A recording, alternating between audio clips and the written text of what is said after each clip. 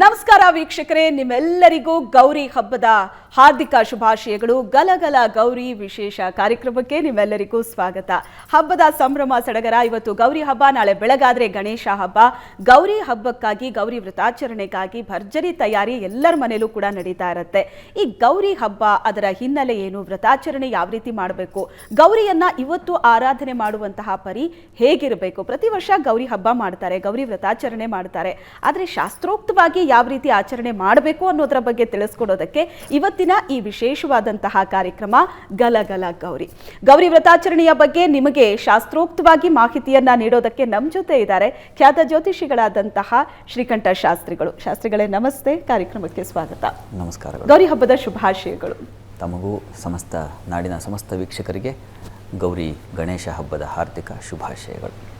ಶಾಸ್ತ್ರಿಗಳೇ, ಈಗ ನಾವು ವ್ರತಾಚರಣೆ ಅಂತ ಅಂದರೆ ನಾವು ಈ ಶ್ರಾವಣ ಮಾಸದಲ್ಲಿ ಮಾಡಿದ್ವಿ. ಅದಾದಮೇಲೆ ಈಗ ನಾಳೆ ಗಣೇಶ ಹಬ್ಬ, ಈಗ ಇವತ್ತಿನ ದಿನ ವ್ರತಾಚರಣೆ ಇದೆ. ಭಾದ್ರಪದ ಮಾಸದ ಈ ವ್ರತಾಚರಣೆಯ ವಿಶೇಷತೆ ಏನಿರುತ್ತೆ? ಸಾಮಾನ್ಯವಾಗಿ ಗೌರಿ ಹಬ್ಬ ಅಂತ ಅಂದರೆ ಎಲ್ರಿಗೂ ಭಾಳ ಇಷ್ಟ ಹೆಣ್ಮಕ್ಳಿಗೆ, ಆದರೆ ಮದುವಾದ ಹೆಣ್ಮಕ್ಳು ಮಾತ್ರ ಮಾಡಬೇಕಾ, ಹೇಗೆ ಇದು ಅಂತ ನೋಡೋಣ. ಶ್ರೀ ಗುರುಭ್ಯೋ ನಮಃ, ಹರಿ ಓಂ. ನೋಡಿ, ಶ್ರಾವಣ ಮಾಸದಲ್ಲಿ ಮಂಗಳಗೌರಿ ಪ್ರಾರಂಭವಾಗಿರುತ್ತೆ. ಪ್ರತಿ ಮಂಗಳವಾರ ಗೌರಿ ಆಚರಣೆ ಮಾಡ್ತೀವಿ. ಇದು ಭಾದ್ರಪದ ಮಾಸದ ಗೌರಿ ಆಚರಣೆ. ಭಾದ್ರಪದ ಮಾಸದ ಶುಕ್ಲ ಪಕ್ಷದ ತೃತೀಯ ದಿವಸ ಗೌರಿಯ ಆವಿರ್ಭಾವ ಆಯಿತು ಅಂತಕ್ಕಂಥದ್ದು ಒಂದು ಶ್ರದ್ಧೆ ಇದೆ. ಆ ಕಾರಣದಿಂದಾಗಿ ಗೌರಿ ಈ ವ್ರತವನ್ನು ಮಾಡ್ತಕ್ಕಂಥದ್ದು ಅಂತ. ಶ್ರಾವಣ ಮಾಸದಲ್ಲಿ ಮಾಡುವಂತಹ ಮಂಗಳಗೌರಿ ಏನಿದೆ, ಅದು ಕೂಡ ದೀರ್ಘ ಸೌಮಂಗಲ್ಯಕ್ಕಾಗಿ ಮಾಡ್ತಕ್ಕಂಥ ಒಂದು ವಿಶಿಷ್ಟ ಗೌರಿ ಪೂಜೆ. ಭಾದ್ರಪದ ಮಾಸದ್ದು ಕೂಡ ಅಲ್ಲಿ ವಿದ್ಯಾ ಕಾಮಸ್ತು ಗಿರಿಶಂ ದಾಂಪತ್ಯಾರ್ಥಂ ಗೌರಿ ಅಂತ ಹೇಳಿದೆ. ಹೀಗಾಗಿ ಈ ಒಂದು ಗೌರಿ ವ್ರತ ಮಾಡ್ತಕ್ಕಂಥ ಉದ್ದೇಶ ಏನಪ್ಪ ಅಂತಂದರೆ, ಪುತ್ರ ಪೌತ್ರಾದಿಗಳೂ ಸೇರಿದೆ. ದಾಂಪತ್ಯ ಅಭಿವೃದ್ಧಿ, ದಾಂಪತ್ಯದಲ್ಲಿ ಸಾಮರಸ್ಯ ಅಭಿವೃದ್ಧಿ ಜೊತೆಗೆ ಸೌಮಂಗಲ್ಯದ ಅಭಿವೃದ್ಧಿಯ ಜೊತೆಗೆ ಮುಖ್ಯವಾಗಿ ಇಲ್ಲಿ ಗಣಪತಿ ಬರ್ತಾನೆ, ಮಗನನ್ನು ಸೂಚಿಸ್ತಕ್ಕಂಥ ವ್ರತ ಹಬ್ಬ ಇದು. ವ್ರತವೂ ಹೌದು, ಒಂದು ರೀತಿಯಲ್ಲಿ ಹಬ್ಬವೂ ಹೌದಾಗಿದೆ. ವ್ರತ ಅಂದರೆ ವ್ರತಕ್ಕೂ ಹಬ್ಬಕ್ಕೂ ವ್ಯತ್ಯಾಸ ಇದೆ. ವ್ರತ ಒಂದು ಶಿಸ್ತನ್ನು ನಿರೀಕ್ಷಿಸುತ್ತೆ, ಹಬ್ಬ ಸಂಭ್ರಮವನ್ನು ನಿರೀಕ್ಷಿಸುತ್ತೆ, ಹೆಚ್ಚಿಸುತ್ತೆ, ಅದು ಹಬ್ಬ. ಹೀಗಾಗಿ ಇವೆಲ್ಲವೂ ವ್ರತಗಳಾಗಿದ್ದಾವೆ. ವ್ರತ ಅಂದರೆ ವೈಯಕ್ತಿಕ ಶಿಸ್ತು, ಕುಟುಂಬ ಶಿಸ್ತನ್ನು ಸೂಚಿಸ್ತಕ್ಕಂಥದ್ದು. ಮುಖ್ಯವಾಗಿ ಪಾರ್ವತಿಯ ಆರಾಧನೆ ನಮ್ಮ ಮಟ್ಟಿಗೆ ಒಂದು ಚೌಕಟ್ಟನ್ನು ಏರ್ಪಾಡು ಮಾಡುತ್ತೆ, ಮಾನಸಿಕ ಶಿಸ್ತನ್ನು ರೂಢಿಸ್ತಕ್ಕಂಥದ್ದು. ಈ ಕಾರಣಕ್ಕಾಗಿ ವ್ರತ ನಾವು ಮಾಡೋದಿಲ್ಲಿ ಸಡಗರ ಸಂಭ್ರಮ ಮತ್ತೊಂದು ಇದೆ, ಅದು ಸಹಜವಾಗಿದೆ, ಅದು ಬೇಕು. ಎರಡೂ ಸೇರಿದ್ರೆ ಅದು ತಪ್ಪಲ್ಲ, ಆ ರೀತಿಯಲ್ಲೆಲ್ಲ ಇದೆ. ಮುಖ್ಯವಾಗಿ ನಾವು ಭಕ್ತಿ ಪ್ರೀತಿಗಳನ್ನು ಭಗವತಿಯ ಕಡೆಗೆ ತೋರಿಸ್ತಕ್ಕಂಥದ್ದು. ಇದರ ಆರಾಧನೆ ಉದ್ದೇಶ ದಾಂಪತ್ಯದಲ್ಲಿ ಅನುರಾಗ ಸಿದ್ಧಿ, ಸಾಮರಸ್ಯ ಸಿದ್ಧಿ ಆಗ್ತಕ್ಕಂಥದ್ದು, ಜೊತೆಗೆ ಪುತ್ರ ಪೌತ್ರಾದಿಗಳ ಅಭಿವೃದ್ಧಿ ಆಗ್ತಕ್ಕಂಥದ್ದು. ಹೇಗೆ ಪಾರ್ವತಿ ಮಗನನ್ನು ಜೊತೆಗೆ ಬರ್ತಾಳೋ, ಮಗನ ಜೊತೆಗೆ ಬರ್ತಾಳೆ. ಈ ಹಬ್ಬ ಬಹಳ ವಿಶೇಷ. ಅದೇ ಕಾರಣಕ್ಕೆ ಬೇರೆ ಇನ್ಯಾವ ಹಬ್ಬಗಳಲ್ಲೂ ನಾವು ಕಾಣಲ್ಲ ತಾಯಿ ಮಕ್ಕಳ ಬಾಂಧವ್ಯ ಒಟ್ಟಿಗೆ ಸೂಚಿಸ್ತಕ್ಕಂಥದ್ದು. ಎಲ್ಲವೂ ಒಂದೊಂದು. ಜನ್ಮಾಷ್ಟಮಿ ಮಾಡ್ತೀವಿ, ಕೃಷ್ಣನೊಬ್ಬನನ್ನೇ. ರಾಮನವಮಿ ಮಾಡ್ತೀವಿ, ರಾಮ ಒಬ್ಬನೇ ಅಲ್ಲಿ ಇರ್ತಕ್ಕಂಥದ್ದು, ಪರಿವಾರ ಕಾಣೋದಿಲ್ಲ. ಆದರೆ ಈ ಒಂದು ಭಾದ್ರಪದ ಮಾಸ, ಈ ಒಂದು ತೃತೀಯ ಏನಿದೆ, ಇಲ್ಲಿ ತಾಯಿ ಮಗ ಈ ಬಾಂಧವ್ಯ, ಕುಟುಂಬ ಬಾಂಧವ್ಯವನ್ನು ಸೂಚಿಸ್ತಕ್ಕಂಥ ಒಂದು ವಿಶಿಷ್ಟವಾದ ಒಂದು ಭಾಗ. ಈ ಕಾರಣದಿಂದಾಗಿ ಇದು ಬೇರೆಲ್ಲ ವ್ರತಗಳಿಗಿಂತಲೂ ಬಹಳ ವಿಶಿಷ್ಟವಾಗಿದೆ. ಇದು ಮುಖ್ಯವಾಗಿ ದಾಂಪತ್ಯ ಮತ್ತು ಪುತ್ರ ಪೌತ್ರಾದಿಗಳ ಅಭಿವೃದ್ಧಿಗೆ ಒಂದು ನಿರೀಕ್ಷೆ ಇಟ್ಕೊಂಡು ಮಾಡ್ತಕ್ಕಂಥ ಒಂದು ವ್ರತ ಆಗಿದೆ. ಹಬ್ಬದ ಆಚರಣೆ ಅಂದಾಗ ಶಾಸ್ತ್ರಿಗಳೇ, ನೀವು ಹೇಳಿದ್ರೆ ಅಲ್ಲಿ ಸಂಭ್ರಮ ಆಚರಣೆ ಇರುತ್ತೆ, ಸಂಭ್ರಮಕ್ಕೆ ಹೆಚ್ಚಿನ ಒತ್ತು ಕೊಡ್ತೀವಿ ಅಂತ. ಆದರೆ ವ್ರತಾಚರಣೆ ಅಂತ ಅಂದಾಗ ಅಲ್ಲಿ ಸಂಭ್ರಮ ಇರೋದಿಲ್ಲ, ಅಲ್ಲಿ ನೇಮನಿಷ್ಠೆಗಳು ತುಂಬ ಇರುತ್ತೆ. ಮಂಗಳಗೌರಿ ವ್ರತಾಚರಣೆ ಮಾಡಬೇಕು ಅನ್ನೋರು ಈಗಾಗಲೇ ಪೂಜೆ ತಯಾರಿ ಎಲ್ಲ ಮಾಡ್ಕೋತಾ ಇರ್ತಾರೆ. ಇಡೀ ದಿನದ ವ್ರತಾಚರಣೆ ಹೌದು ಹೇಗಿರಬೇಕು ಅಂತ. ಸ್ವರ್ಣಗೌರಿ ನೋಡಿ, ಗೌರಿಗೆ ತುಂಬ ಕೆಲವು ಶಾಸ್ತ್ರದಲ್ಲಿ ಒಂದಷ್ಟು ನಿಯಮಗಳನ್ನು ಹೇಳಿದ್ದಾರೆ.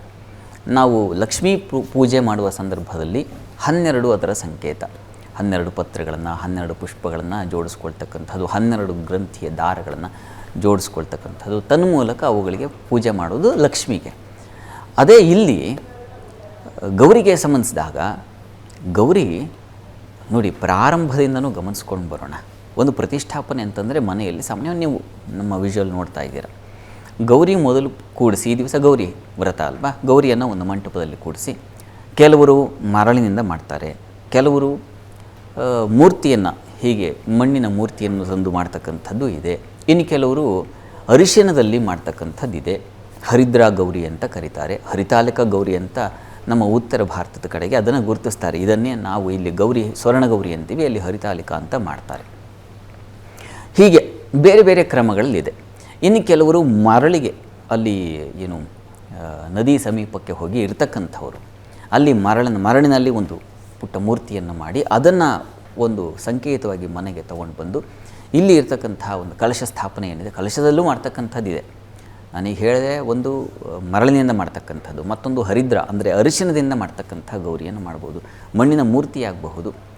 ಜೊತೆಗೆ ಈ ಒಂದು ಕಲಶ ಸ್ಥಾಪನೆ ಮಾಡಿ ಕಲಶದಲ್ಲಿ ಆವಾಹನೆ ಮಾಡಿ ತೆಂಗಿನಕಾಯಿ ನೆಟ್ಟು ಕಲಶ, ಹೀಗೆ ಹಲವು ಬಗೆಗಳಲ್ಲಿ ನಿಮ್ಮ ನಿಮ್ಮ ಮನೆಗಳಲ್ಲಿ ಏನು ಬೆಳೆದು ಬಂದಿದೆಯೋ ಆ ರೀತಿಯಲ್ಲಿ ಮಾಡ್ತಕ್ಕಂಥದ್ದೇ ಕ್ರಮ. ಮತ್ತು ಇದಕ್ಕೊಬ್ಬ ಪುರೋಹಿತರನ್ನ ಮಾರ್ಗದರ್ಶನವಾಗಿ ಇಟ್ಟುಕೊಂಡ್ರೆ ತುಂಬ ತುಂಬ ಒಳ್ಳೆಯದು. ಎಲ್ಲವೂ ನಮಗೆ ಬರಲ್ಲ, ನಾವು ಯಾವುದೋ ಎಲ್ಲದಕ್ಕೆ ಹೋಗ್ತೀವಲ್ಲ ಹೊರಗಡೆ, ಒಂದು ಯಾವ್ಯಾವುದಕ್ಕೆ ಒಬ್ಬೊಬ್ಬರು ಒಂದೊಂದು ಏನು ಎಕ್ಸ್ಪರ್ಟ್ಸ್ ಇರ್ತಾರೆ. ಆ ರೀತಿಯಲ್ಲಿ ಪೂಜೆಯನ್ನು ಪುರೋಹಿತರಿಂದ ಮಾಡಿಸ್ತಕ್ಕಂಥದ್ದು ನಿಮ್ಮ ಹಳ್ಳಿಗಳಲ್ಲೋ ಅಥವಾ ನಿಮ್ಮ ಸಮೀಪದಲ್ಲಿರ್ತಕ್ಕಂಥವ್ರನ್ನ ಮುಂದೆ ಮಾರ್ಗದರ್ಶನ ತಗೋದು ತುಂಬ ಒಳ್ಳೆಯದು. ಆಮೇಲೆ ಗೌರಿಯನ್ನು ಸ್ಥಾಪನೆ ಮಾಡಿ ಆಕೆಗೆ ಆವಾಹನೆ ಮತ್ತು ಬಂದಿರತಕ್ಕಂತಹ ಅತಿಥಿಗೆ ನಮ್ಮ ಆಮಂತ್ರಿತಳವಳು ನಾವೇ ಕರೆದಿದ್ದೀವಿ ಬಾರಮ್ಮ ಈ ದಿವಸ ಅಂತ ಪೂಜೆಗೆ ಅಂತ, ಹಾಗಾಗಿ ಆಕೆಗೆ ಮಧುಪರ್ಕಗಳಿಗೆ ಸಮರ್ಪಣೆ ಮಾಡ್ತಕ್ಕಂಥದ್ದು, ಸ್ನಾನಾದಿಗಳು ಪಂಚಾಮೃತ ಸ್ನಾನ ಆಗಬಹುದು, ಆನಂತರದಲ್ಲಿ ಶುದ್ಧೋದಕ ಸ್ನಾನ, ಆನಂತರದಲ್ಲಿ ವಸ್ತ್ರ ಸಮರ್ಪಣೆ ಆಗಬಹುದು. ನೋಡಿ, 16 ಎಳೆಯ ವಸ್ತ್ರಗಳನ್ನು ಗೌರಿಗೆ ಸಮರ್ಪಣೆ ಮಾಡಬೇಕು ಅಂತಿದೆ. 16 ಅಂತಕ್ಕಂಥದ್ದು ಬಹಳ ವಿಶಿಷ್ಟವಾದ ಸಂಕೇತ. ಷೋಡಶ ಕಲಾ ಪೂರ್ಣಳಾಗಿರ್ತಾಳೆ ಅವಳು. 16 ಕಲೆಗಳ ಹಾಗೆ ಚಂದ್ರನ 15 ಅಮಾವಾಸ್ಯೆ ಒಂದು ಕಲೆ, ಇವೆಲ್ಲವೂ ಸೇರಿ 16 ಕಲೆ ಅಂತಾಗುತ್ತೆ. ಮತ್ತು ಬಹಳ ಮುಖ್ಯವಾಗಿ 16 ಬೀಜಾಕ್ಷರಗಳಿದ್ದಾವೆ. ನಾವು ಅದನ್ನು ಶ್ರೀವಿದ್ಯೆಯಲ್ಲಿ ಕಾಣ್ತೀವಿ. ಕಾಯೇಲ ಹ್ರೀಂ ಹಸಕಹಲ ಹ್ರೀಂ ಸಕಲ ಹ್ರೀಂ ಅಂತಕ್ಕಂಥ ಒಂದು ಮಂತ್ರ ಏನಿದೆ, ಅದಕ್ಕೆ ಶ್ರೀಂ ಅಂತಕ್ಕಂಥದ್ದನ್ನು ಸೇರಿಸಿದಾಗ ಅದು 16 ಬೀಜಾಕ್ಷರಗಳು. ಅದನ್ನು ಸಂಕೇತವಾಗಿಟ್ಟುಕೊಂಡು ತಾಯಿಗೆ ಸಮರ್ಪಣೆ ಮಾಡ್ತಕ್ಕಂಥ ಈ 16 ಎಳೆಯ ವಸ್ತ್ರಗಳಾಗಬಹುದು, 16 ಪತ್ರಗಳಿಂದ ಪೂಜೆ ಮಾಡ್ತಕ್ಕಂಥದ್ದಾಗಬಹುದು, 16 ಬಗೆಯ ಪುಷ್ಪಗಳನ್ನು ಸಮರ್ಪಣೆ ಮಾಡ್ತಕ್ಕಂಥದ್ದು, 16 ಗಂಟಿನ ದಾರ ಅದರಲ್ಲಿ ಆಕೆ ನೆಲೆಸಿರ್ತಾಳೆ ಅಂತಕ್ಕಂಥದ್ದು. ಹೇಗೆ ನಾವು ವರಮಹಾಲಕ್ಷ್ಮಿಗೆ ಮಾಡಿದ್ವು 12 ಎಳೆಯ 12 ಗಂಟಿನ ದಾರವನ್ನು, ಆ ರೀತಿಯಲ್ಲಿ ಇಲ್ಲಿ 16 ಸಂಖ್ಯೆ ಬಹಳ ವಿಶೇಷವಾದದ್ದು. ಈ ರೀತಿಯಲ್ಲಿ ಸ್ವರ್ಣಗೌರಿಯನ್ನು ಪೂಜೆ ಮಾಡ್ತಕ್ಕಂಥದ್ದು. ಮತ್ತು ಬಹಳ ಬಹಳ ಮುಖ್ಯವಾದ ಅಂಶ, ಎಲ್ಲರಿಗೆ ಬಂದಂಥ ಮುತ್ತೈದೆಯರಿಗೆ ಬಾಗಿನ ಸಮರ್ಪಣೆ ಮಾಡ್ತಕ್ಕಂಥದ್ದು. ತಾಯಿ ಬಾಗಿ, ಮಾತೃಭಾಗಿ, ಅಲ್ಲಿ ತವ್ರ ಮನೆಗೂ ಇದನ್ನು ಕೊಡ್ತಕ್ಕಂಥದ್ದಿದೆ. ತವ್ರ ಮನೆ ತಾಯಿಯನ್ನು ಕರೆದು, ತಾಯಿ ಮಗಳನ್ನ ಕರೆದು ಅಲ್ಲಿ ಅವರಿಗೆ ಇಬ್ಬರು ಆ ಬಾಗಿನ ಸಮರ್ಪಣೆ ಮಾಡಿಕೊಳ್ತಕ್ಕಂಥದ್ದು. ಮತ್ತು ಬಂದ ಯಾರು ಆಪ್ತರೋ ಅಥವಾ ಇನ್ಯಾರು ಸುತ್ತಮುತ್ತ ಇರ್ತಕ್ಕಂಥವ್ರಿಗೆಲ್ಲ ಕರೆದು ಆ ಬಾಗಿನ ಸಮರ್ಪಣೆ ಮಾಡ್ತಕ್ಕಂಥದ್ದು. ಆ ಬಾಗಿನ ಬಹಳ ಮಂಗಳ ದ್ರವ್ಯ, ಅದು ನಮ್ಮ ಹೆಣ್ಣು ಮಕ್ಕಳಿಗೆ ಸೌಭಾಗ್ಯದ ಸಂಕೇತಗಳು. ಇದು ಒಂದು ಕಡೆ ಸ್ಥಿರವಾಗಿರೋದಲ್ಲ, ಎಲ್ಲರಿಗೆ ಆ ಒಂದು ಸೌಭಾಗ್ಯ ಅಂತಕ್ಕಂಥದ್ದು ಎಲ್ಲ ಕಡೆ ಹರಡಲಿ, ಎಲ್ಲರಿಗೂ ಅದು ಸಮವಾಗಿ ಸಿಗಲಿ ಅನ್ನೋ ಕಾರಣಕ್ಕೆ ಗೌರಿ ಅಂಥದ್ದು ಒಂದು ಅನುಗ್ರಹ ಮಾಡಲಿ ಅಂಥೇಳಿ ಆ ಮರದ ಬಾಗಿನವನ್ನು ಸಮರ್ಪಣೆ ಮಾಡ್ತಕ್ಕಂಥದ್ದು ಇದು ಕ್ರಮವಾಗಿದೆ. ಇದು ಸಾಮಾನ್ಯವಾಗಿ ಒಂದು ಪೂಜೆ, ಒಂದು ಷೋಡಶೋಪಚಾರ ಇದೆ, ಪಂಚೋಪಚಾರ, ಹೀಗೆ ಹಲವಾರು ಉಪಚಾರಗಳಿದ್ದಾವೆ. ಈ ರೀತಿ ಅಲ್ಲದೆ ನಾನು ಆಗಲೇ ಹೇಳಿದ ಹಾಗೆ ಒಬ್ಬ ಪುರೋಹಿತರ ಮಾರ್ಗದರ್ಶನ ಇಟ್ಟುಕೊಂಡ್ರೆ ತುಂಬ ಒಳ್ಳೆಯದು, ಸರಳವಾಗುತ್ತೆ. ನಿಮಗೂ ಏನೋ ತೋಚಲಿಲ್ಲ, ಮತ್ತು ಇನ್ನೇನೋ ಗಡಿಬಿಡಿ ಅದನ್ನು ಮಾಡಲಿಲ್ಲ, ಇದನ್ನು ಕೊನೆಗೆ ಗೆಜ್ಜೆ ವಸ್ತ್ರ ಇಷ್ಟೆಲ್ಲ ರೆಡಿ ಮಾಡ್ಕೊಂಡಿದ್ದೆ, ಕೊನೆಗೆ ಅದು ಬಿಟ್ಟುಬಿಟ್ಟೆ, ಹೀಗಾಗುತ್ತೆ ಪರಿಸ್ಥಿತಿ. ಹೀಗಾಗದೇ ಇದ್ದರೆ ಒಂದು ಮಂತ್ರದಲ್ಲಿ ಅದು ಒಂದೊಂದು ಕ್ರಮವಾಗಿ ಬರುತ್ತೆ. 16 ಉಪಚಾರಗಳು, ಆ ಉಪಚಾರಗಳನ್ನೆಲ್ಲ ಮಾಡೋದ್ರಿಂದಾಗಿ ನಿಮಗೂ ಒಂದು ದೊಡ್ಡ ಸಮಾಧಾನ ಆಗುತ್ತೆ. ಅಪ್ಪ ಗೌರಿಗೆ ಒಂದು ಸಮಾಧಾನವಾಗಿ ನೆಮ್ಮದಿಯಾಗಿ ಒಂದು ಪೂಜೆ ಮಾಡಿದೆ ಅಂತಕ್ಕಂಥ ಭಾವನೆ ಏರ್ಪಾಡಾಗುತ್ತೆ. ಓಕೆ, ನಾವು ಗೌರಿ ಗಣೇಶ ಹಬ್ಬ ಅಂತಲೇ ಕರಿತೀವಿ. ಈಗ ಕೆಲವ್ರು ಏನು ಮಾಡ್ತಾರೆ, ಗಣೇಶನನ್ನು ಮಾತ್ರ ಮನೇಲಿ ಕೂರಿಸಿ ಪೂಜೆ ಮಾಡ್ತಾರೆ ಶಾಸ್ತ್ರಿಗಳೇ. ಗೌರಿ ವ್ರತಾಚರಣೆ ಅಥವಾ ಪೂಜೆ ಸಂಪ್ರದಾಯ ಇರೋದಿಲ್ಲ. ಆದರೆ ನಾವು ಹೆಸರು ಹೇಳುವಾಗಲೂ ಗೌರಿ ಗಣೇಶ ಅಂತೀವಿ, ಹಬ್ಬನೂ ಗೌರಿ ಗಣೇಶ. ಕೆಲವರು ಗೌರಿ ಪೂಜೆ ಮಾಡಿಲ್ಲ ಅಂದ್ರೂ ಗೌರಿಯನ್ನು ಕೂರಿಸ್ತಾರೆ ಗಣೇಶನನ್ನು ಕೂರಿಸೋವಾಗ. ಹಿಂದಿನ ದಿನ ಗೌರಿ ವ್ರತಾಚರಣೆ ಮಾಡೋದು ಕಂಪಲ್ಸರಿ ಇರುತ್ತಾ, ಅಥವಾ ಬರೀ ಗಣೇಶನ ಪೂಜೆ ಮಾಡ್ತೀವಿ ನಾವು ಅಂತ ಅನ್ನೋರು ಇದ್ದಾರೆ, ಅದು ಸರಿ ಹೋಗುತ್ತಾ? ಎರಡು ಸರಿ ಇದೆ. ಗೌರಿ ವ್ರತ ಯಾರಿಗೆ ಬಂದಿದೆ ಪರಂಪರಾಗತವಾಗಿ, ಅಂದರೆ ಮನೆಯಿಂದ ಬಂದಿದೆ, ನಾವು ಗೌರಿಯನ್ನು ಮಾಡ್ತಾ ಇದ್ದೀವಿ, ಅದು ಅವರಿಗೆ ಇರುತ್ತೆ, ಅವ್ರು ಮಾಡಬಹುದು.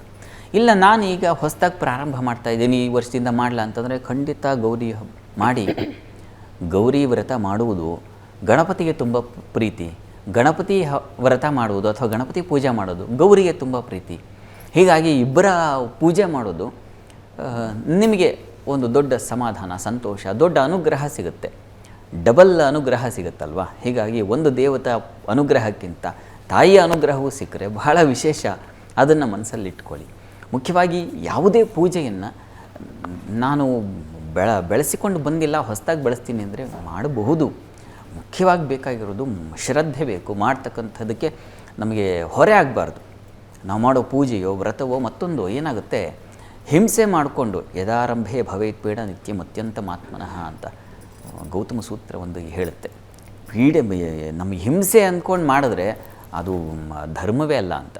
ಹೀಗಾಗಿ ನಾವು ಏನು ಇದಕ್ಕೆ ಬಹಳ ಮುಖ್ಯವಾಗಿ ಶ್ರದ್ಧೆ ಬೇಕು, ಅತಿಯಾದ ಪ್ರೀತಿ ಬೇಕು. ನಾನು ಸ್ವರ್ಣಗೌರಿ ವ್ರತವನ್ನು ಮಾಡ್ತೀನಿ ಅಂತಂದರೆ ಅದಕ್ಕೆ ಬೇಕಾದಷ್ಟು ತಯಾರಿ ಬೇಕಾಗುತ್ತೆ, ಸಮಯ ಬೇಕಾಗುತ್ತೆ. ಎಲ್ಲವನ್ನು ಪಕ್ಕಕ್ಕಿಟ್ಟು ಆ ಒಂದು ಶ್ರದ್ಧೆಯಿಂದ ಪೂಜೆಯನ್ನು ಪಾಲ್ಗೊಳ್ಬೇಕಾಗತ್ತೆ. ಒಂದು ಹೂವು ತರೋದ್ರಿಂದ ಎಷ್ಟು ಗಡಿಬಿಡಿ. ನಾವು ಬೆಂಗಳೂರು ನಗರಗಳಲ್ಲಿ ಮಾರುಕಟ್ಟೆಗೆ ಹೋಗ್ಬಿಟ್ರೆ ಎಷ್ಟು ಕಿರಿಕಿರಿ ಇದೆ ಅಲ್ಲಿ. ಅದನ್ನು ಸಹಿಸ್ಕೊಳ್ಳೋ ಒಂದು ಶಕ್ತಿನೂ ಬೇಕು. ಇಲ್ಲ, ನಾನು ಹೋಗಿ ಅದನ್ನೆಲ್ಲ ಹೂವೆಲ್ಲ ನಾನು ಪ್ರೀತಿಯಿಂದ ಗೌರಿಗಾಗಿ ತರ್ತೀನಿ, ಅದನ್ನೆಲ್ಲ ನಾನು ಎಲ್ಲ ಒಂದು ಕಿರಿಕಿರಿ ಮಾಡ್ಕೊಳ್ಳೋದಿಲ್ಲ ಮನಸ್ಸಿಗೆ ಅಂತಕ್ಕಂಥದ್ದು ಒಂದು ಮನಸ್ಸಿನ ಒಂದು ಸಂಕಲ್ಪ ಬೇಕು, ಆ ಪ್ರೀತಿ ಬೇಕು. ಆಗ ನೀವು ಯಾರೂ ಮಾಡಬಹುದು. ಮನೆಯಲ್ಲಿ ಕಲಶ ರೂಪದಲ್ಲೋ ಅಥವಾ ಪ್ರತಿಮಾ ರೂಪದಲ್ಲೋ ಮಣ್ಣಿನ ರೂಪದಲ್ಲಿ ಎಷ್ಟೋ ನಾವು ನೋಡ್ತೀವಿ. ಅದನ್ನು ತೊಗೊಂಡು ಬಂದು ಮನಸ್ಸಿಗೆ ಒಂದು ಒಳ್ಳೆಯ ರೀತಿಯಲ್ಲಿ ಅಲಂಕಾರ ಮಾಡಿ, ಪದ್ಮದಳ ಹಾಕಿ, ರಂಗೋಲಿ ಹಾಕಿ, ಅದರ ಮೇಲೆ ಒಂದು ಬಾಳೆ ಎಲೆ ಹರಡಿ, ಅದರ ಮೇಲೆ ಅಕ್ಕಿ ಹಾಕಿ, ಅದರ ಮೇಲೆ ಒಂದು ಕೂಡಿಸಿ, ಗೌರಿಯನ್ನು ಕೂಡಿಸಿ, ಆಕೆಗೆ ನಾನಾಗಲೇ ಹೇಳಿದ ಹಾಗೆ ಹಲವು ಬಗೆಯ ಉಪಚಾರಗಳ ಪೂಜೆಯನ್ನು ಮಾಡ್ತಕ್ಕಂಥದ್ದು ಮಾಡಬಹುದು. ನಾವು ಗೌರಿ ಇಟ್ಟಿಲ್ಲ, ಗಣೇಶ ಒಂದೇ ಅಂತಂದರೆ ಸಂತೋಷ. ನಾಳೆ ಗಣೇಶನ ನೀಡಿ, ಗಣೇಶನಿಟ್ಟು ಕೆಲವರು ಬರೀ ಗಣೇಶ, ಈಗ ನಾವು ಸಾರ್ವಜನಿಕ ಸ್ಥಳಗಳಲ್ಲೆಲ್ಲ ಕಾಣ್ತೇವೆ, ಗಣೇಶ ಮಾತ್ರವೇ ಇರ್ತದೆ, ಅಲ್ಲೂ ಗೌರಿನ ಕೂಡಿಸಿರ್ತಾರೆ. ಎರಡೂ ಮಾಡೋದು ತುಂಬ ಒಳ್ಳೆಯದು. ತಾಯಿ ಮಗನನ್ನು ಬೇರ್ಪಡಿಸೋದಕ್ಕಿಂತ ತಾಯಿ ಮಗ ಒಟ್ಟಿಗೆ ಈಗೆಲ್ಲ ಯಾಕೆ ಈ ಥರದ್ದು ಬರ್ತಾ ಇದೆ, ಈ ಥರದ್ದು ಜಾಸ್ತಿ ಆಗಿದೆ ಅಂತಂದರೆ ನೀವು ಕುಟುಂಬ ಸಾಮರಸ್ಯ ಇಲ್ಲ ನಮ್ಮಲ್ಲಿ. ತಂದೆ ತಾಯಿ ಎಲ್ಲ ಇಲ್ಲಿರ್ತಾರೆ, ಮಕ್ಕಳೆಲ್ಲ ಅಮೇರಿಕಾದಲ್ಲೋ ಮತ್ತೊಂದೋ ಇಲ್ಲೆಲ್ಲೋ ಹೋಗಿ ಸೆಟ್ಲಾಗಿಬಿಟ್ಟಿರ್ತಾರೆ. ಸಹಜ ದೂರ ಆಗಿ ನೀವು ಹೇಗೆ ಭಾವನಾತ್ಮಕವಾಗಿ ದೂರ ಆಗಿದ್ದೀರಾ, ಶರೀರ ದೂರ ಇದೆ, ಅದೇ ರೀತಿಯಲ್ಲಿ ಇಲ್ಲೂ ಅದೇ ಥರ ಯೋಚನೆ ಬಂದುಬಿಡುತ್ತೆ. ನೀವು ಒಟ್ಟು ಮಾಡಿದಾಗ ನಿಮ್ಮ ಮನಸ್ಸು ಕೂಡ ಒಟ್ಟಾಗುತ್ತೆ. ಅಯ್ಯೋ ಹಬ್ಬಕ್ಕಾಗಾದರೂ ಓಡಿ ಬರೋಣ ಅಂತಕ್ಕಂಥ ಒಂದು ಮನಸ್ಸು ಬರ್ತದೆ. ಮುಖ್ಯವಾಗಿ ಬೇಕಾಗಿರೋದು ಅದು ಕುಟುಂಬ ಒಂದು ಸಾಮಾನ್ಯ ಹಬ್ಬ ಇವೆಲ್ಲ ಮಾಡೋದು ಯಾಕಾಗಿ ಅಂತಂದರೆ ಎಲ್ಲರೂ ಒಂದು ಕಡೆ ಸೇರಲಿ, ಎಲ್ಲರೂ ಒಂದು ನಗುವಿನಿಂದ ಕೂಡಲಿ, ಒಂದು ಹರಟೆ, ಒಂದು ಸಂಭ್ರಮ ಆಚರಣೆ ಬೇಕು. ಇದರ ಜೊತೆಗೆ ಪೂಜೆ ಜೊತೆಗೆ ಕುಟುಂಬದ ಬಾಂಧವ್ಯವನ್ನು ಸೂಚಿಸುತ್ತೆ ಇದು. ಹೀಗಾಗಿ ಇದು ಬಹಳ ಮುಖ್ಯವಾಗಿ ಯೋಚನೆ ಮಾಡಬೇಕಾಗಿರೋದು. ಎಸ್. ಇನ್ನು ಸ್ವರ್ಣಗೌರಿ ವ್ರತಾಚರಣೆ ಮಾಡೋರು ಈ ವರ್ಷ ನಾನು ಮಾಡ್ತೀನಿ ಆದರೆ ಮುಂದಿನ ವರ್ಷ ಆಗಿಲ್ಲ, ಅಥವಾ ಕಳೆದ ವರ್ಷ ಮಾಡಿದೆ ಈ ವರ್ಷ ಆಗಿಲ್ಲ ಅಂತ ಹಾಗೆ ಬಿಡ್ಬೋದಾ, ಅಥವಾ ಇಂತಿಷ್ಟು ವರ್ಷ ಕಂಟಿನ್ಯೂ ಮಾಡಲೇಬೇಕು ಅಂತ ಏನಾದರೂ ಇದೆಯಾ ಶಾಸ್ತ್ರಿಗಳೇ? ಇದೆ. ಇದಕ್ಕೆ 16 ವರ್ಷ ನಿರಂತರವಾಗಿ ಆಚರಣೆ ಮಾಡಬೇಕು. ಒಂದು ಸಲ ಪ್ರಾರಂಭ ಮಾಡಿದ್ರೆ ಮಧ್ಯದಲ್ಲಿ ಯಾರೋ ಏನೋ ಮನೆ ಕುಟುಂಬದಲ್ಲಿ ಯಾರೋ ಒಬ್ಬರು ಮೃತರಾದರು, ಇನ್ನೇನು ಈ ರೀತಿಯ ಒಂದು ಸಂಕಟಗಳು ಎದುರಾಯಿತು ಅಂತಂದಾಗ ಆ ಒಂದು ವರ್ಷ ತೊಂದರೆ ಇಲ್ಲ, ಆ ಒಂದು ವರ್ಷಕ್ಕೆ ಅವಕಾಶ ಇದೆ.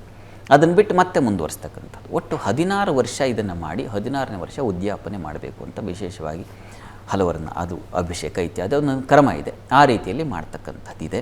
16 ವರ್ಷ ಇದರ ನಿರೀಕ್ಷೆ ಮಾಡ್ತಕ್ಕಂಥ ಅಲ್ಲಿ ಕಥೆ ಕೂಡ ಬರ್ತದೆ. ಅಲ್ಲಿ ಚಂದ್ರಪ್ರಭಾ ಅಂತಕ್ಕಂಥ ಒಬ್ಬ ರಾಜ, ಇಲ್ಲಿ ಅದೇ ಅದರಲ್ಲೂ 16 ವರ್ಷಗಳ ಕಾಲ ಆಕೆ ಆಚರಣೆ ಮಾಡಿದ್ಲು ನಿರಂತರವಾಗಿ. ಆಮೇಲೆ ಗೌರಿ ಸಾಹಿತ್ಯವನ್ನು ಹೊಂದಿದ್ಲು ಅಂತ ಪೌರಾಣಿಕ ಕಥೆ, ಅದನ್ನು ಆಮೇಲೆ ನೋಡೋಣ. ಹೀಗೆ ಅಂತೂ ಆಚರಣೆ ಮಾಡಿದ್ರೆ 16 ವರ್ಷ ಅಂತಲ್ಲ, ನಾವು ಕೊನೆಯವರೆಗೂ ಇದನ್ನು ಕೊನೆ ಉಸಿರಿರೋರ್ಗೆ ಇವೆಲ್ಲ ಪೂಜೆ ಒಂದು ಹಂತಕ್ಕೆ ನಿಲ್ಲಿಸಿಬಿಡೋದಲ್ಲ. ಏನೋ ನಮಗೆ ಶಾರೀರಿಕವಾಗಿ ಆಗ್ತಾ ಇಲ್ಲ, ನನಗೆ ಆರೋಗ್ಯ ಹಾಳಾಗಿದೆ, ಅಥವಾ ಯಾರ್ದು ಸಪೋರ್ಟ್, ಈಗ ವಯಸ್ಸಾಗಿರ್ತಾರೆ ಪಾಪ, ಅಷ್ಟು ವರ್ಷ ಮಾಡ್ಕೊಂಬಂದಿರ್ತಾರೆ, ಆಗ್ತಾ ಇರಲ್ಲ, ಆಯಿತು ಅಲ್ಲಿಗೆ ಆಯ್ತು, ತೊಂದರೆ ಇಲ್ಲ, ಅದು ಗೌರಿಗೂ ಗೊತ್ತಾಗುತ್ತೆ, ಆಯ್ತು ಇವು ಆಗ್ತಾ ಇಲ್ಲ ಅಂತ. ಮಾನಸಿಕವಾಗಿ ಪೂಜೆ ಮಾಡ್ತಾ ಜಪ ಮಾಡೋದು, ಲಲಿತಾ ಸಹಸ್ರನಾಮ ಹೇಳ್ಕೊಳ್ಳೋದು, ಇದೆಲ್ಲ ಇದು ಕೂಡ ಒಂದು ಗೌರಿಯನ್ನು ಆರಾಧಿಸ್ತಕ್ಕಂಥ ಕ್ರಮವೇ, ಸಾಧನವೇ ಆಗಿದೆ. ಹೀಗಾಗಿ ಆ ರೀತಿಯಲ್ಲಿ ಮಾಡಬಹುದು, ತೊಂದರೆ ಇಲ್ಲ. ಓಕೆ. ಅಂತೂ 16 ವರ್ಷ ಮಾಡಬೇಕು ಅಂತಿದೆ. ಇನ್ನು ಈ ಸ್ವರ್ಣಗೌರಿ ವ್ರತಾಚರಣೆ ಮಾಡೋರು ಈಗ ತುಂಬಾ ಕಿರಿಯ ಹೆಣ್ಮಕ್ಳು ಸಹ ಮಾಡ್ಬೋದಾ? ಏನಂತ ಸಂಕಲ್ಪ ಮಾಡ್ಕೋಬೇಕು? ಅಂದ್ರೆ ಗೌರಿಯನ್ನ ಆರಾಧನೆ ಮಾಡೋದ್ರಿಂದ, ಸ್ವರ್ಣಗೌರಿ ವ್ರತಾಚರಣೆ ಮಾಡೋದ್ರಿಂದ ಏನೆಲ್ಲ ಫಲಗಳು ಸಿಗತ್ತೆ? ಗೌರಿ ನಾವು ಏನು ಸಂಕಲ್ಪ ಮಾಡಿದ್ರೆ ಆ ಸಂಕಲ್ಪ ತಂದು ಕೊಡ್ತಾಳೆ. ಆಕೆ ನಾನು ಹೇಳಿದೆ ಶ್ರೀವಿದ್ಯೆಗೆ ಸಂಬಂಧಿಸಿರ್ತಕ್ಕಂಥವಳು. ಹೀಗಾಗಿ ಶ್ರೀವಿದ್ಯಾ ಉಪಾಸನೆ ಮಾಡಿದ್ರೆ ಎಂಥ ವಾಗ್ಬಲ ಬರುತ್ತೆ ಅಂತಂದರೆ ಅದು ಮಹಿಮರನ್ನು ನಾವು ಮಣಿಸಬಹುದು, ಆ ರೀತಿಯ ಒಂದು ವಾಕ್ಚಾತುರ್ಯ ಬರ್ತದೆ ಅಂತ. ವಿದ್ಯಾರ್ಥಿಗಳಿಗೆ ಬೇಕಾಗಿರೋದೇನು, ಒಬ್ಬ ವಿದ್ಯಾರ್ಥಿ ಪೂಜೆ ಮಾಡ್ತಾ ಇದ್ದಾರೆ, ಒಬ್ಬ ವಿದ್ಯಾರ್ಥಿನಿ ಪೂಜೆ ಮಾಡ್ತಾ ಇದ್ದಾಳೆ ಅಂತಂದರೆ ಸಹಜವಾಗಿ ಗೌರಿಯಿಂದ ನಾವು ಅಪೇಕ್ಷೆ ಮಾಡೋದು ವಿದ್ಯೆಯನ್ನೇ. ನೀನು ಶ್ರೀವಿದ್ಯೆಯ ಸಂಕೇತವಾಗಿ ನಾನು 16 ಗಂಟೆಯನ್ನು ಸಮರ್ಪಣೆ ಮಾಡ್ತಾಯಿದ್ದೀನಿ ಅಂದಾಗ ನನಗೆ ಅಂಥದ್ದೊಂದು ವಿಶೇಷವಾದ ವಿದ್ಯೆ, ಅಲೌಕಿಕದಲ್ಲೂ ಎರಡೂ ರೀತಿಯ ಒಂದು ಮತಿಶಕ್ತಿಯನ್ನು, ಬುದ್ಧಿಶಕ್ತಿಯನ್ನು ತಂದುಕೊಡು, ಆ ರೀತಿಯ ಚಿಂತನೆ ಮಾಡಲಿಕ್ಕೆ ಒಂದು ಶಕ್ತಿಯನ್ನು, ಸದ್ಭಾವನೆ ರೂಢಿಸ್ಕೊಳ್ಳೋ ಶಕ್ತಿಯನ್ನು ಕೊಡುವಂಥ ತಾಯಿಯಲ್ಲಿ ಪ್ರಾರ್ಥನೆ ಮಾಡ್ಕೊಳ್ತೀವಿ. ಸಾಮಾನ್ಯವಾಗಿ ಎಲ್ಲ ಹಂತವಾಗಿರ್ತದೆ ಅದು. ನಾವು ಪುಟ್ಟ ಮಕ್ಕಳಿಗೆ ನನ್ನ ಕೇಳ್ತಾರೆ ವಿದ್ಯಾಭ್ಯಾಸ ಚೆನ್ನಾಗಾಗಲಿ ಅಂತಲೇ ಕೇಳಿದ್ರೆ ಗೌರಿಗೆ ಅದು ಕೊಡ್ತಾಳೆ. ಇನ್ನು ಕೌಮಾರಿ ಅಂದರೆ ಯೌವನಕ್ಕೆ ಬಂದವರಿಗೆ ಸಹಜವಾಗಿ ಅಲ್ಲಿ ದಾಂಪತ್ಯ ನಿರೀಕ್ಷೆ ಇರ್ತದೆ. ಹಾಗಾಗಿ ವರಾರ್ಥಿಯಾಗಿ ಇದನ್ನು ಪುರುಷರು ಮಾಡಬಾರ್ದು ಅಂತಿಲ್ಲ, ಖಂಡಿತ ಪುರುಷರು ಮಾಡಬೇಕು. ಗೌರಿ ಕೇವಲ ಹೆಣ್ಮಕ್ಳ ಗೌರಿ ದುಃಖ ಗಂಡಸಿ ಯಾಕೆ ಅನ್ನೋದಿಲ್ಲ, ಗಂಡು ಮಕ್ಕಳು ಕೂಡ ಈ ಪೂಜೆಯಲ್ಲಿ ಪಾಲ್ಗೊಳ್ಳಬೇಕು. ಅವರೂ ಕೂಡ, ಯಾಕೆಂದರೆ ಅಲ್ಲಿ ಶಕ್ತಿಯನ್ನು ಬಿಟ್ಟು ಶಿವನಿಲ್ಲ, ಶಿವನನ್ನು ಬಿಟ್ಟು ಶಕ್ತಿ ಇಲ್ಲ, ಎರಡು ಒಂದೇ. ಅದು ವಾಗರ್ಥ, ಕಾಳಿದಾಸನ ಮಾತಿದೆ, ವಾಗರ್ಥ ವಿವಸಂಪೃಕ್ತವು. ಹೇಗೆ ಅಂದರೆ ಒಂದು ಮಾತಿನಲ್ಲಿ ಅರ್ಥ ಹೇಗೆ ಬೆಸೆದುಕೊಂಡಿದೆಯೋ ಹಾಗೆ ಶಿವಪಾರ್ವತಿಯರು ಇರ್ತಕ್ಕಂಥದ್ದು. ಏನೋ ತೊಗೊಂಡು ಬಾ ಅಂತಂದರೆ ತಗೊಂಡು ಬಾ ಅನ್ನೋದರಲ್ಲಿ ಏನೋ ತರೋದಿದೆಯಲ್ಲ, ತೊಗೊಂಡು ಬಾ ಅಂತ ಹೇಳಿದ್ದಷ್ಟೇ ಅಲ್ಲ, ಅದು ಮಾತಿನಲ್ಲಿ ಅರ್ಥ ಬೆಸೆದುಬಿಟ್ಟಿದೆ, ಏನೋ ತಂದು ಕೊಡಬೇಕು ಅಂತ. ಹೇಗೆ ಅದು ಒಂದಕ್ಕೊಂದು ಬೆಸೆದುಕೊಂಡ್ಬಿಟ್ಟಿದೆಯೋ ಆ ರೀತಿಯಲ್ಲಿ ಶಿವಪಾರ್ವತಿಯರು ಇರ್ತಕ್ಕಂಥದ್ದು. ಗೌರಿ ಪೂಜೆ ಮಾಡ್ತಾ ಇದ್ದೀರಾ ಅಂತಂದರೆ ಶಿವನಿಗೂ ಅಲ್ಲಿ ಪೂಜೆ ಸಲ್ತಾ ಇದೆ ಅಂತಲೇ ಅರ್ಥ. ಹೀಗಾಗಿ ಪುರುಷರು ಇದರಿಂದ ಹೊರತಲ್ಲ, ಪುರುಷರು ಕೂಡ ಕೂತ್ಕೊಂಡು ಗೌರಿಯನ್ನು ಪೂಜಿಸಬೇಕು. ಯಾರಿಗೆ ಕನ್ಯಾಪೇಕ್ಷೆ ಇದೆ, ವಧುವಿನ ಅಪೇಕ್ಷೆ ಇದೆ, ಅವರಿಗೆ ಮಂಗಳಗೌರಿ ಅಲ್ವಾ ಆಕೆ ಗೌರಿ. ನಮಗೆ ವಿವಾಹ ಅಲ್ಲಿ ಹೇಳಿನಲ್ಲ ಆಗಲೇ ದಾಂಪತ್ಯಾರ್ಥಮು ಗೌರಿ ಅಂತ. ಈ ಕಾರಣದಿಂದಾಗಿ ನೀವು ಮುಖ್ಯವಾಗಿ ವಿವಾಹ ಜೀವನ ಕಾಲಿಡಬೇಕು ಅಂದರೆ ಗೌರಿಯ ಅನುಗ್ರಹ ಇರಬೇಕು. ಹೀಗಾಗಿ ಆ ಸಂದರ್ಭದಲ್ಲಿ ಇನ್ನು ಇಲ್ಲಪ್ಪ ನಮಗೆಲ್ಲ ಮುಗಿದೋಗಿದೆ, ನಮ್ಮ ಮದುವೆಯಾಗಿ ಒಂದಷ್ಟು ವರ್ಷಗಳಾಗೋಯಿತು, ನಾನೀಗ ಗೌರಿ ಪೂಜೆ ಮಾಡ್ಬೋದು ಅಂತಂದರೆ ಮತ್ತೆ ಅದೇ ಪರವಿದ್ಯೆಯನ್ನು ಸೂಚಿಸ್ತಕ್ಕಂಥದ್ದು ಅಲ್ವಾ ಗೌರಿ. ಹೇಗೂ ಅನ್ನುವ ಗೌರಿ ಏನಲ್ಲ ಹೇಳಿ, ಎಲ್ಲವೂ ಆಗಿರೋದ್ರಿಂದಾಗಿ ಯಾರ್ಯಾರಿಗೆ ಏನೇನು, ಮತ್ತು ಅಕ್ಕೆಗೆ ಚೆನ್ನಾಗಿ ಗೊತ್ತಿದೆ ನಮಗಿಂತ ಚೆನ್ನಾಗಿ ನಮಗೇನು ಬೇಕು, ಈ ವಯಸ್ಸಿನಲ್ಲಿ ಏನು ಬೇಕು, ಈ ಸಂದರ್ಭದಲ್ಲಿ ಏನು ಬೇಕು, ನನಗೆ ಆರೋಗ್ಯ ಬೇಕಾ ಅಥವಾ ನನಗೆ ದಾಂಪತ್ಯ ಜೀವನ ಬೇಕಾ, ವಿದ್ಯೆ ಬೇಕಾ ಅಥವಾ ಇನ್ನೇನೋ ಪರವಸ್ತು ಬೇಕಾ, ನನಗೆ ಈ ರೀತಿಯ ಚಿಂತನೆ ಮಾಡೋದು ನೀವೇನಂತ ಆಕೆಗೆ ಚೆನ್ನಾಗಿ ಗೊತ್ತು. ಹೀಗಾಗಿ ನೀವಲ್ಲಿ ಕೂತು ಕೈ ಇಡ್ತಾ ಇದ್ದೀರಾ, ಸಂಕಲ್ಪ ಮಾಡ್ತಾ ಇದ್ದೀರಾ ಅಂತಂದರೆ ಗೌರಿಗೆ ಅರ್ಥ ಆಗಿರುತ್ತೆ ಏನು ಉದ್ದೇಶ ಇದೆ ಅಂತ. ಹೀಗಾಗಿ ನೀವು ಚಿಂತೆ ಮಾಡೋ ಅವಶ್ಯಕತೆ ಇಲ್ಲ, ಯಾರು ಪೂಜೆ ಮಾಡೋದು ಅವ್ರು ಚಿಂತೆ ಮಾಡೋ ಅವಶ್ಯಕತೆ ಇಲ್ಲ. ಓಕೆ ಶಾಸ್ತ್ರಿಗಳೇ, ಸ್ವರ್ಣಗೌರಿ ವ್ರತಾಚರಣೆ ಬಗ್ಗೆ ಬಹಳಷ್ಟು ವಿಷಯಗಳನ್ನ ಶಾಸ್ತ್ರಿಗಳು ತಿಳಿಸ್ಕೊಡ್ತಾ ಇದ್ದಾರೆ.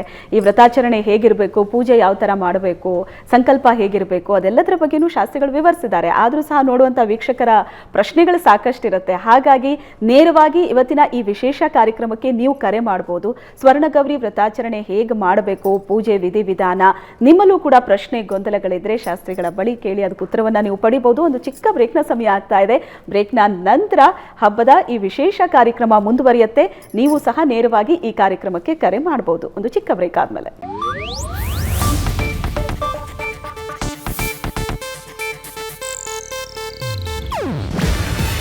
ಇದು ಏಷ್ಯಾನೆಟ್ ನ್ಯೂಸ್ ನೆಟ್ವರ್ಕ್ ಪ್ರಸ್ತುತಿ. ನೀವು ನೋಡ್ತಿದ್ದೀರಾ ಏಷ್ಯಾನೆಟ್ ಸುವರ್ಣ ನ್ಯೂಸ್.